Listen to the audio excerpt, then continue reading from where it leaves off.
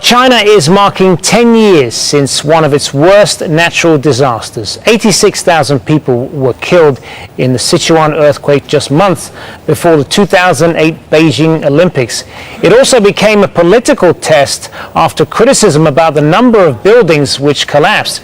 Adrian Brown is live for us now in Yingzhou in Sichuan province. So Adrian, it's hard to overestimate the magnitude of this quake of 10 years ago. How have they been marking this there?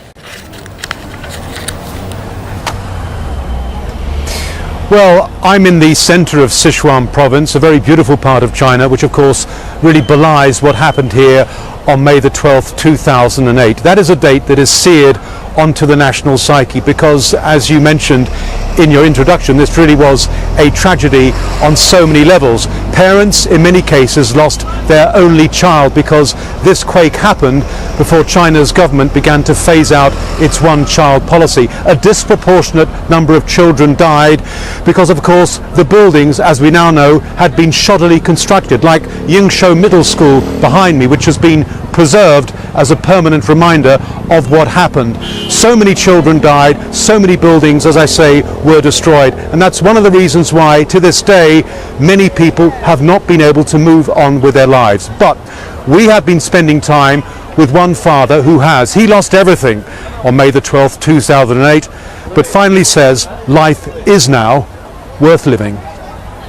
Zhao Yuchong looks like the older brother he never knew, the brother who died before he was born.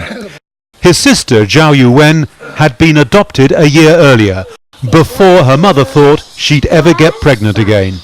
Their father says life is better now. When the quake happened, we lost our house, but now we have a place to live. At that time, there were only two people, my wife and I, but now we are four. Al Jazeera first met Zhao Xinhua 6 days after the earthquake. He was sifting through the debris of his home after burying his son Zhao Yi a day earlier. He and his wife Chen Jinlian were retrieving precious memories. The earthquake struck at 2:28 in the afternoon when his son was at school, like so many other children who perished. His child had been taking an English lesson. After Zhao got there, he heard a familiar voice calling out, but there was no equipment to move the rubble trapping his son. I could hear my son, but I could not see him. He said, "Dad, I want to sit up," and I told him, "You cannot."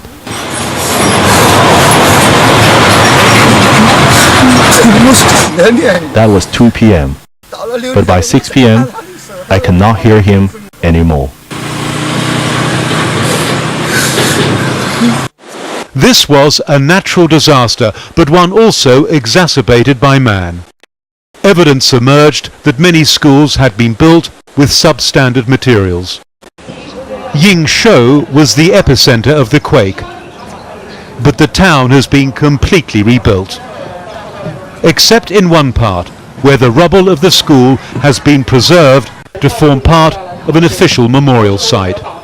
In the weeks and months following the earthquake, many parents who lost children called on the government to begin an inquiry into why so many schools collapsed. But they say instead of meeting their demands, they were instead subjected to harassment, occasional detention, and were even prevented from grieving in public.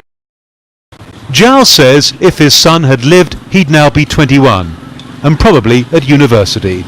Of course I miss him. No matter what happens, I cannot forget him. He says his children know they have a big brother, but they also know they'll never meet him. And back to Adrian live now. So Adrian, what lessons has the government learned there about disaster preparedness?